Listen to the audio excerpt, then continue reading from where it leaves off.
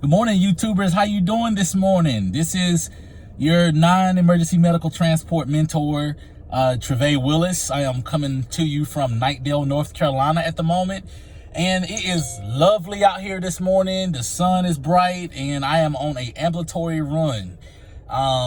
Before I get into my topic this morning, ambulatory runs are they're always great. The person I have this morning, Jane Doe, can walk, and it's just a fabulous morning. So what I'm driving for all you guys, you newcomers, I'm driving a luxury sedan. So as you can see, this is a Lincoln MKT. This was utilized in my limo fleet, because I had limousines and buses and things like that, but I have scaled back from doing that, and I have just utilized the black sedans and stuff for my medical transportation company.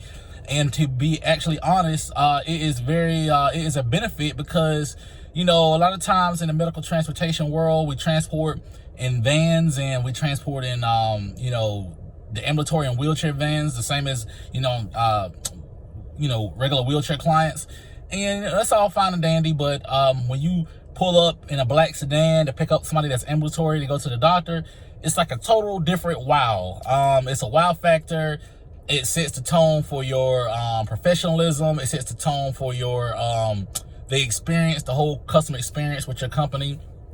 And it pretty much secures, because in the event you have someone else that comes along and try to pitch and propose, taking some of the ambulatory clients to the doctor, they're gonna be like, nah, I'd rather ride in a black sedan. It's luxury, and I get treated like I'm a limousine client and things like that. So I kind of like to set the tone as still having that limousine, effect on my ambulatory medical transportation clients. First of all, I want to give a special shout out to Byron and Carrie Oates out of Midlothian, Virginia. I had the pleasure to helping them, giving them some assistance with starting their own medical transportation business up. I think it was the end of last year, or beginning of this year. It was one of those. I talked to so many people, but I am so proud of them. I am so happy for them. Their company is Tiger's Eye Transit, up in Midlothian, Virginia. This is a wonderful couple, and they're very humble. They're very, they're very ambitious, and I'm just so excited for them. I'm excited for everybody that I actually help, because in the end of the day, it's not about me, it's about you guys. I am a willing vessel. I am a tool, an instrument to help you all succeed. Like I said, I'm gonna be straight up honest and transparent with you. I'm giving you advice based on my success. There's some things that I'm learning every day about this business, and I don't tend to know everything, but that's why I always do a lot of research, and I go off experience that I've done with my business. So do I claim to be a guru or a walk-in knowledge book? I feel like I have a lot of knowledge with it, but I'm so humble to the point where I just don't know everything. But I try to go off the experiences out of the many years I've been doing this. I'm very careful when I teach you guys and what I share with you guys. That's why I always say my opinion, and because I don't want to contaminate you to where you feel like you have to do this certain thing because Trey said it. No. And then you end up getting yourself in a situation. So I'm very careful, kind of like a pastor. You don't want to get up there and preach a sermon, and I don't mean to get too religious with some of you guys, but I don't mean to get up there and preach a sermon, and you preaching the wrong sermon and it contaminates people's lives and everything like that. But I am very careful, and I just basically go off experiences. So one thing, Carrie had texted me the other night, and she said, can you do a segment, a small segment on when to grow, when to expand? And I'm basically just iterate on that a little bit this morning while my client is in the doctor, because this is the fun time to really touch bases with you all. Back in 2014, 15-ish, when I started TNL Transportation, as you all remember from the initial video that we had, we started out with one van. My partner, she basically was she was working her job, I actually was, you know, I was a freelancer. So I was basically driving for another limousine company. I was driving tour buses here and there as needed to make an income. I kind of like that flexibility. But I was the first person to drive for my company, as you know, I feel like it's necessary, and I feel like it's very important that if you're going to own this type of work, own this type of business, that you get at least some hands-on experience to know what goes on a day-by-day operation. The worst thing you can possibly do is own this business, but yet you have no involvement or interaction on a day-by-day basis. Not saying that when you grow and you get large that you can step away, work in an office or whatever the case may be, go to the beach, whatever, I don't know. But I would say you need to work it so that you'll know exactly.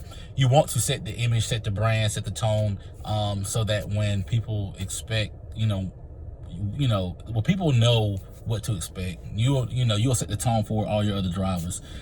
So like I was stating, when I first started out, I was the first driver. And, I was the only one. So I drove for about, some months.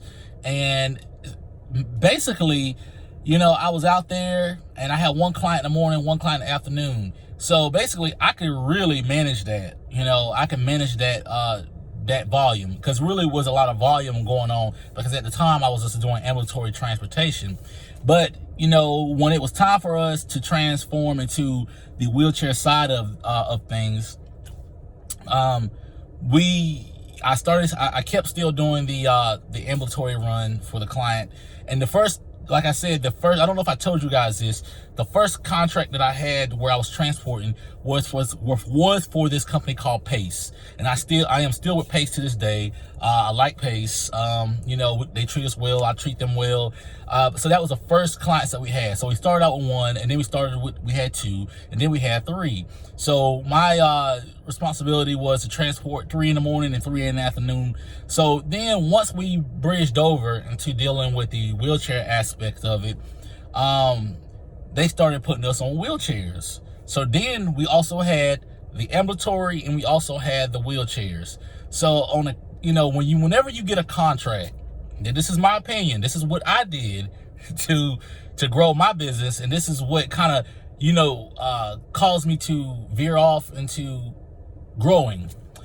I never forced myself to grow, and let me iterate on that. I didn't speed myself up to grow. I just allowed things to happen the way it did. I just allowed the business to cause me, to push me into growing. What does that mean, Trey?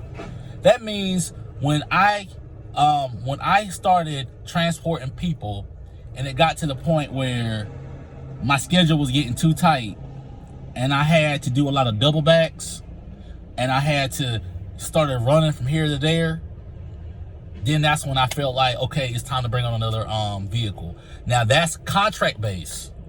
With contract based, like I was stating, I picked up at 9 and then got done at 11, and I go back at 2:30, 3 o'clock, and then I drop those 3 off. But when you're starting to grow your private pay base, and when you're starting to grow your contract base together, and you're starting to have private pay at 12 or 1 o'clock, then obviously that you're not going to be able to handle your private pay in the midst of the day if you are having your contract that you have to deal with. So that's when you start to think about adding on a second vehicle. Now, the thing about it is you want to be careful, because when you start your medical transportation business up, you are so excited, you're ready to go, you're ready to get out there, you're ready to just grow, because everybody else has got 10 vans, 13 vans. But my thing is, and I'm always tell anybody this, slow down. Don't afraid to own one van. There's nothing wrong with, you being small. I'm still small. I had a chance to grow beyond leaps and measures, but I kind of toned that down because I wanted to be able to manage my business. My business is very prosperous being small, because like I said in the previous videos, we do a lot of cleanups for other people. So once you Okay, you got your contract, like I have. I have my contract. Now you got your brokers. You got your broker's firm. Let's say you don't even have a contract. And let's just say you got brokers and you're dealing with 3 or 4 brokers, and you're starting to get calls after calls after calls. Okay, you still got to be careful there, because the thing about brokers is they are sporadic. They could have a lot of trips this week and not a lot of trips next week. So it's kind of up and down.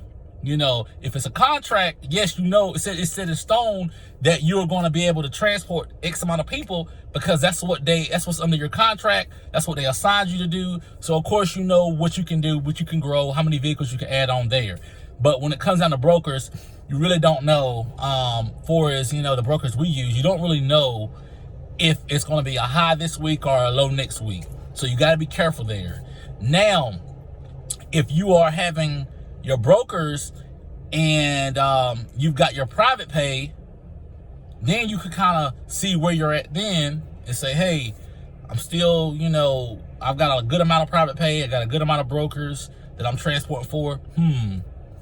It may be the time to think about adding a second vehicle on, but you still want to be careful. This is the key word that I want to leave with you guys today. What if you don't have a lot of contracts, but you start to gain a lot of reoccurring clients? Like your client base is starting to get to the point where people are calling and calling back and calling back and calling back, and that they're going to call back and they're going to be staying with you and you provide good service, that may be another indication. Because like with us, we have a lot of clients for years that keep calling and calling back. Then on top of that, you got to also consider the fact word of mouth spreads just like a wildfire. When your name is starting to get around at the different clinics and things like that, that's when you want to take an effect. But all based off of your judgment and how the stress level you got, where you are at in your hometown, how much volume you're getting. Is it time to move? Is it time to grow? That's a question you have to look at it with everything I gave you off of my success. I knew that it was time for us to grow because we were pushed into it. We kept getting calls after calls and calls. That's where we grew. And that's where we still have the opportunity to grow. But I want to just take it easy. In my philosophy is never despise a day of small beginnings. Always stay humble, stay low, and just grow gradually. Make sure that the figures and dollars amounts that people are giving you to do these transports are worth it, and make sure that they are going to pay your bills and make you a profit. Because the mistake that some people make is they take on so much work, but yet the work is not paying a whole lot, and it looks like they're busy, it looks like they're succeeding, but really at the end of the day, they're not really making a whole lot of money, and you're just basically breaking even after you're paying your gas and your drivers. So that's where it takes a total effect of growth as well. So I hope I answered you guys' questions. I hope that I touched on some key element points today, because this is very important when you're new. When you're new, your first thing you're thinking about is adding vans. And let me tell you something, guys. Adding a lot of vans is cool. It looks cool, but it's a lot. It can be a lot of work because, you have multiple things going on at the same time, and things happen. Depending on what kind of vehicle you buy, you may have, a battery go dead or a tire blow out. So the more vehicles you have, the more things you're gonna incur for stress-wise. Good stress. There's nothing wrong with being a small company. Now, if you have the chance of growing it to be 60, 70 vans, I'm not stopping you. Do it. Go for your dream. But also, you have to get in the mindset there's nothing wrong with having at least 5 or 6 vans, because we have 8, and I'm very excited basically off of all the vans that we have. I feel like we have grown over leaps and bounds, and we have grown tremendously. We get a lot of calls from facilities. I make it work. And the thing about us is, and I give you this advice as well, don't look at other companies in your area as being competition. Get to know those companies. Have a relationship with them, because in the event something does happen one day and you have to call on them, it's better to call on them versus getting yourself stuck into a bind or get your stuff stuck in a jam, and it's possibly can, affect your rating or affect how people view you in the community. So a lot of the companies in the Raleigh area, I pretty much know every single body because we work hand in hand together. There's companies that call me, Transcare, places like that, be like, hey, Trey, listen, I got an issue. Can you help me out? Yeah, I got a van that'll be over there that'll help you out. So we basically bail each other out. It's like a little community. It's like a brotherhood. So you need them. They need you. Don't have the bad vibe. Believe it or not, there are some companies out there that do the same thing you do that want to help you succeed as well. Because obviously there are some companies that are mature enough to know that we cannot handle all this business in this area. Wake County, Durham County, Orange County. There's no way that we can do all this business alone. So it takes a lot of companies to make the dream work. So there, like I said, when you start to deal with, different contracts and your contract base grows and you have a lot of people on that contract, then of course, right there, you're maxed out for that vehicle. And then once you start to get a lot of private pay reoccurring clients, that's when you add another vehicle. And you keep going and you take your time and you make it pacefully, because you don't want to make the wrong decisions. And I have made wrong decisions in my tenure with being a transportation owner. But you live and learn. It's all about trial and error. And that's why I am here, so that I can get you around the mistakes that I made, so that you guys won't have to go through the mistakes that I made. Now, I'm not saying you won't make your own mistakes, but you won't have to deal with what I had to deal with. If I can help you get around what the mistakes that I made, then that'd be perfect. Because really, I love this industry. I eat, sleep, and dream and breathe this kind of work. Wheelchair, disability, I just love it. There's other things and other dreams that I want to do. For the disabled part of it, not just dealing with the vans, but I want to do something with wheelchairs and the power chairs and, just so much. And I'm still so young, and I feel like I have so much ahead in my life. And to be honest with you guys, I was born a true servant. Like, I enjoy helping others if I can. My schedule's tight. I do the best I can to get everybody that asks me for help. But I just love to see people start something small and grow it. I feel successful off being a servant. That's how I feel. And whatever I could do, I would give you the shirt off my back if I could. But I want everybody to prosper, even if you like me or you don't. But everybody deserves to be happy. Everybody deserves a chance at life. Everybody deserves to dream and live out their dreams before we leave this earth. So I want you guys to succeed, grow your business, talk to the brokers, talk to the facilities in the area, talk to the nursing homes. Like I said, go to the different social workers, grow your business, grow it slow, and don't make haste decisions.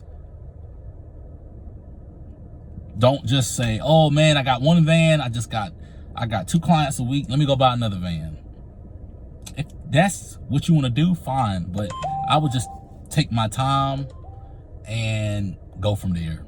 Just take it pacefully, and you'll be fine. Stay low. Stay humble. This is Trey Willis. I'm out. If you guys need me, message me. I love you guys. Be successful. Have a good day.